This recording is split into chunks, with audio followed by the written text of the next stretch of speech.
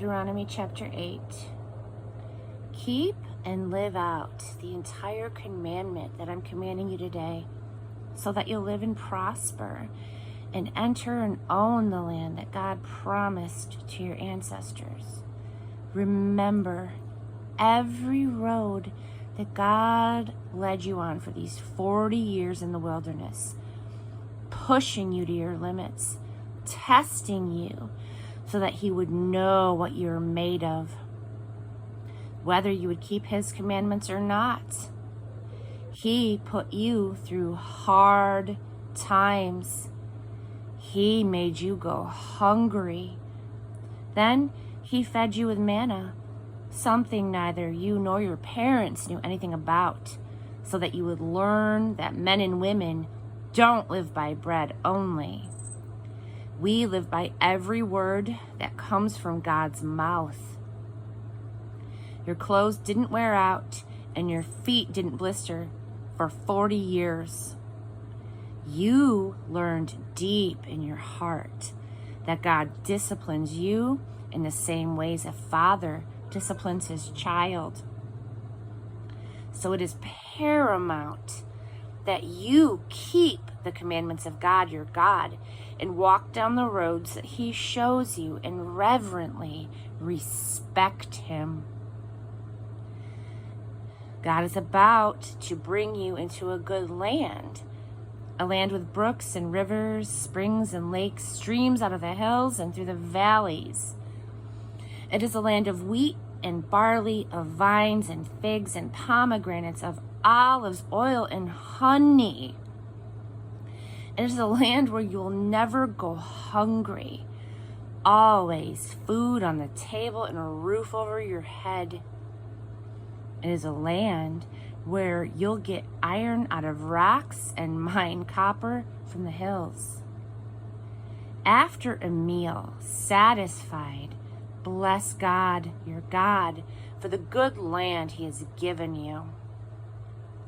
Make sure you don't forget God, your God, by not keeping his commandments, his rules and regulations that I command you today.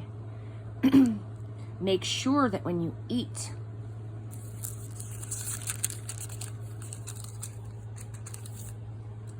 and are satisfied, when you build pleasant houses and settle in, when you see your herds and flocks flourish and more money come in, when you watch your standard of living go up and up, make sure that you don't become so full of yourself and your things that you forget God, your God. The God who delivered you from Egyptian slavery. The God who led you through that huge and fearsome wilderness. Those desolate and bad lands crawling with fiery snakes and scorpions. The God who gave you water gushing from hard rock. The God who gave you manna to eat in the wilderness, something that your ancestors had never heard of, in order to give you a taste of the hard life, to test you, so that you would be prepared to live well in the days ahead of you. If you start thinking to yourselves, I did this, and all by myself, I am rich, it's all mine. Well, think again.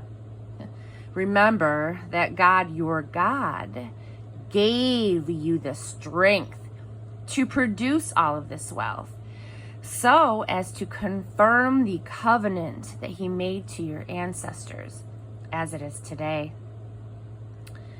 If you forget God, your God, and you start taking up with other gods, serving and worshiping them, I'm on record right now as giving you firm warning that that will be the end of you. I mean it. Destruction. You will go to your doom, the same as the nation that God is destroying before you. Doom, because you would not obey the voice of God, your God.